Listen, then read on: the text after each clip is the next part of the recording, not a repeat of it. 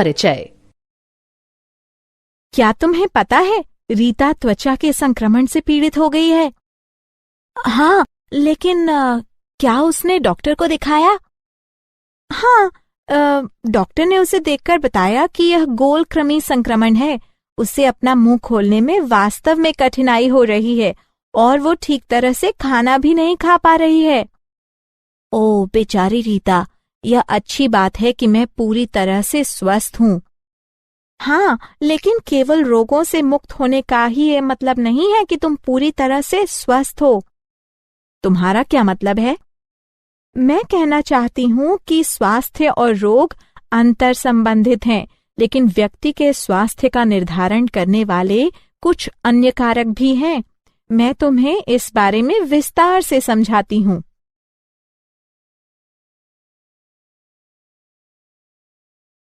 उद्देश्य।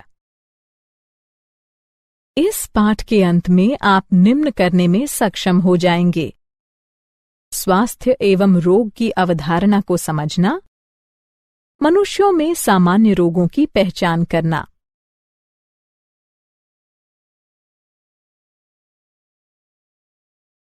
स्वास्थ्य एवं रोग। स्वास्थ्य को संपूर्ण शारीरिक, मानसिक और सामाजिक स्वस्थता की अवस्था के रूप में परिभाषित किया जाता है और मात्र रोग की अनुपस्थिति अथवा शारीरिक स्वस्थता ही स्वास्थ्य नहीं है। रोग को शरीर या उसके किसी अंग की उस अवस्था के रूप में परिभाषित किया जाता है जो सामान्य प्रकारों को दुर्बल बनाता है और यह विभिन्न चिन्हों एवं लक्षणों के द्वारा व्यक्त होता है।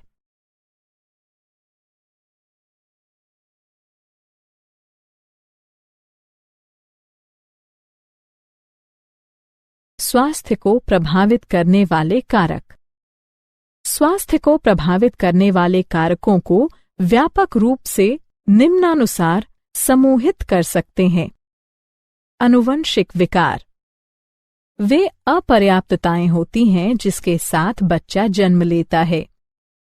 वे अपर्याप्तताएं या विकार जिन्हें बच्चा अपने माता पिता से वंशानुगत रूप से प्राप्त करता है। संक्रमण।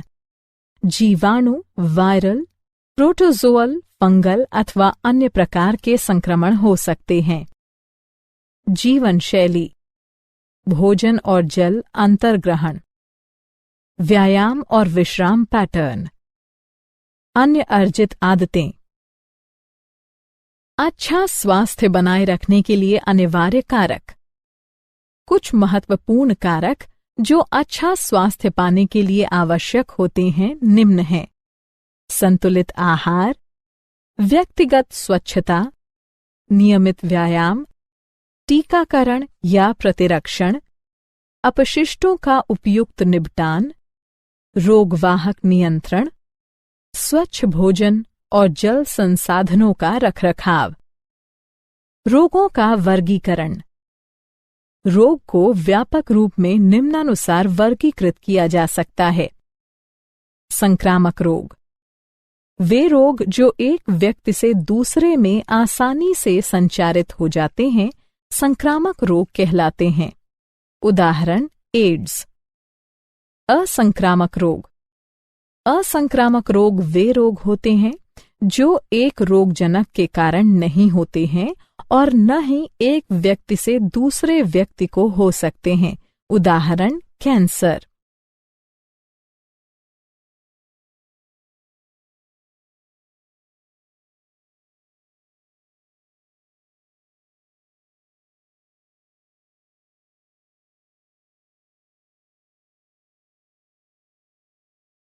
रोगजनक, रोग उत्पन्न करने वाले सूक्ष्मजीव।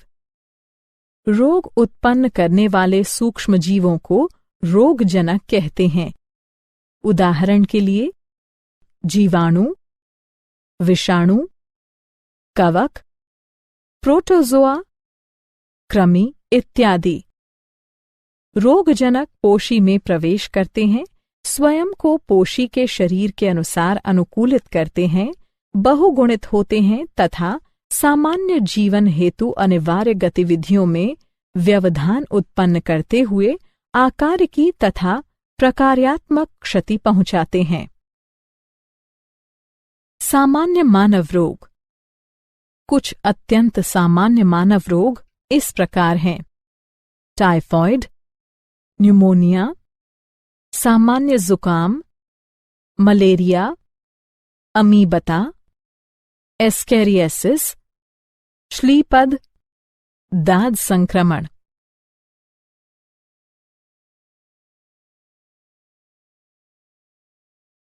टाइफॉइड। टाइफॉइड ज्वर। कारण: यह साल्मोनेला टाइफी रोगजनक जीवाणु के द्वारा होता है। छोटी आंत को संक्रमित करता है।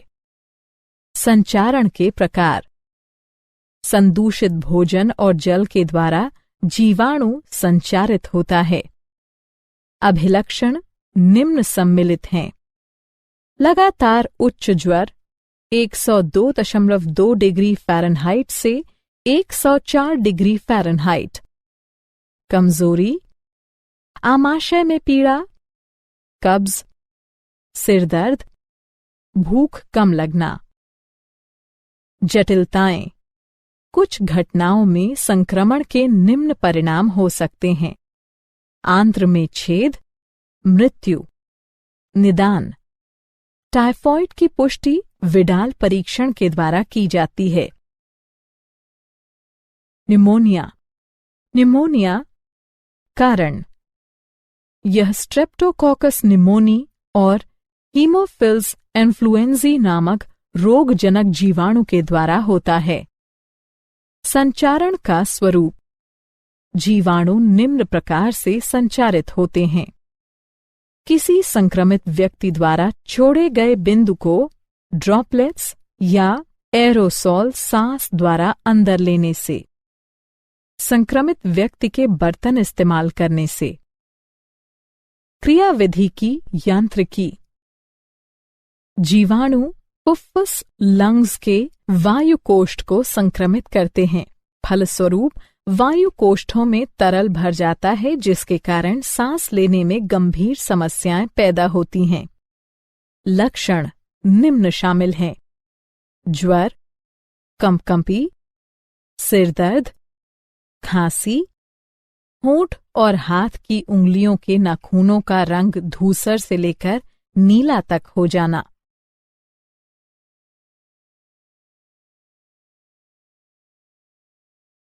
सामान्य जुकाम। कारण: यह नासा विषाणुओं यानी राइनोवायरस के द्वारा होता है। संचारण का स्वरूप: विषाणु निम्न प्रकार से संचारित होते हैं: संक्रमित व्यक्ति के खांसने या छींकने से निकले बिंदुक या एरोसोल जब सांस लेने पर अंदर जाते हैं। पेन, किताबों, माउस आदि जैसे संदूषित वस्तुओं का प्रयोग करने से। क्रियाविधि की यांत्रिकी: यह जीवाणु नाक और श्वसन पथ को संक्रमित करते हैं, लेकिन फेफड़ों को नहीं। लक्षण निम्न शामिल हैं: नाक में जकड़न और आस्राव यानी बहना, कंठदाह, स्वर रूक्षता, खांसी, सिरदर्द, थकावट। यह अभिलक्षण प्रायः 3 से 7 दिन तक रहते हैं। मलेरिया। कारण: यह प्लाज्मोडियम प्लेवाइवैक्स प्लेमलेरियाई प्लेफेल्सीपेरम के द्वारा होता है। संचारण का स्वरूप: संक्रमित मादा एनोफिलीज मच्छर के काटने से प्लाज्मोडियम संचारित होता है। क्रियाविधि की यांत्रिकी: प्लाज्मोडियम यकृत कोशिका में अपनी संख्या बढ़ाते हैं और फिर लाल रुधिर कणिकाओं के फटने के साथ ही एक हीमोजोइन पदार्थ निकलता है, जो कंपकंपी और उच्च ज्वर के लक्षणों के लिए उत्तरदायी है। अभिलक्षण निम्न शामिल हैं: प्रत्येक 3 से 4 दिन के अंतराल से कंपकंपी और आने वाले उच्च ज्वर, थकावट। अमीबता, अतीबता या अमीबी अतिसार। कारण यह एंट अमीबा हिस्टोलिटिका नामक प्रोटोजोआ परजीवी के द्वारा होता है। संचारण का स्वरूप यह प्लाज्मोडियम घरेलू मक्खियों द्वारा संक्रमित व्यक्ति के मल से खाद्य और खाद्य पदार्थों तक संचारित होते हैं। संदूषित खाद्य और पेयजल का उपभोग करना संक्रमण के प्रमुख स्रोत हैं। क्रियाविधि की यांत्रिकी यह परजीवी संक्रमित व्यक्ति की बड़ी आंत को संक्रमित करते हैं।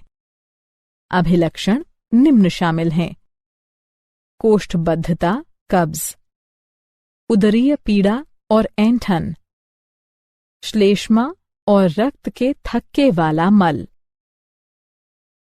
एस्केरिस्ता कारण यह गोल कृमि एस्कारिस के द्वारा होता है।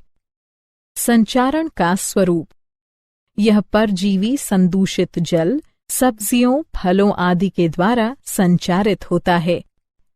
क्रियाविधि की यांत्रिकी यह परजीवी संक्रमित व्यक्ति की आंत को संक्रमित करता है। अभिलक्षण निम्न शामिल हैं: आंतरिक रक्तस्राव, पेशीय पीड़ा, ज्वर, रक्ताल्पता, आंत्र का अवरोध।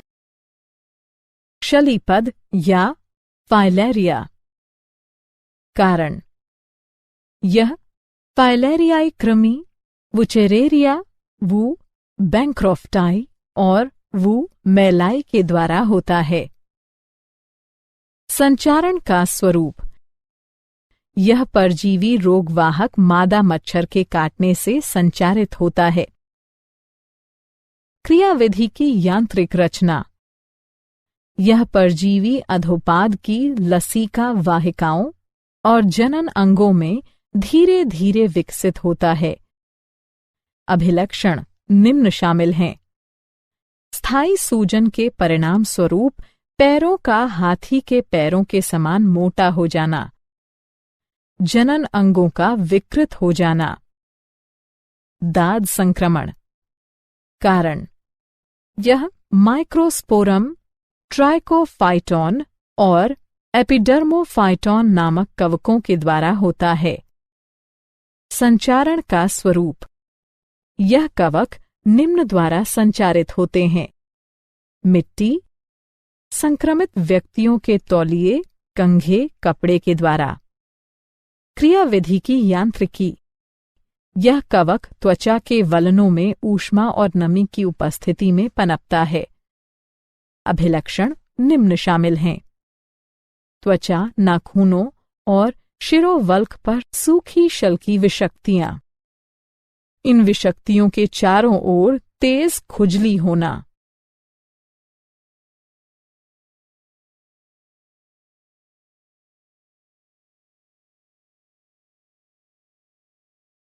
संक्रामक रोगों का निरोध एवं नियंत्रण।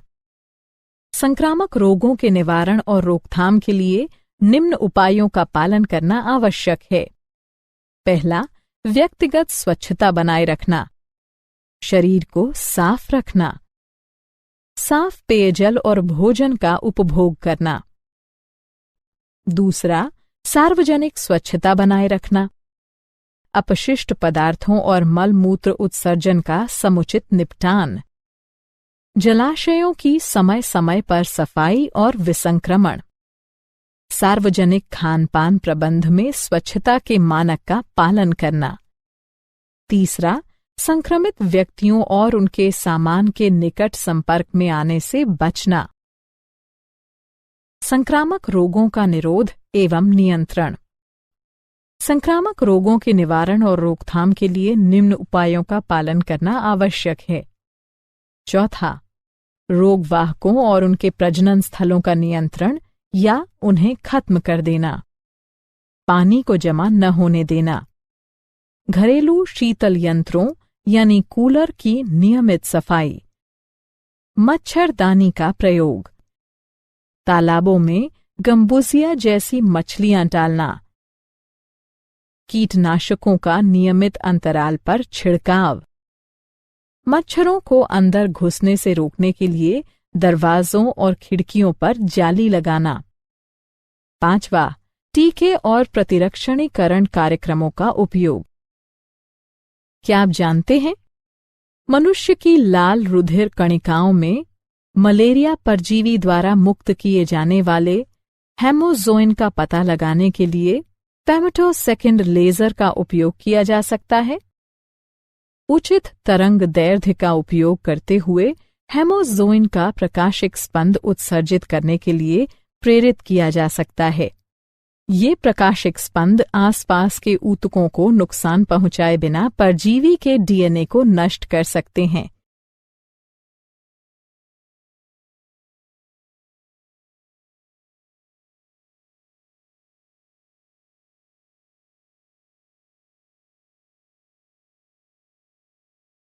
सारांश।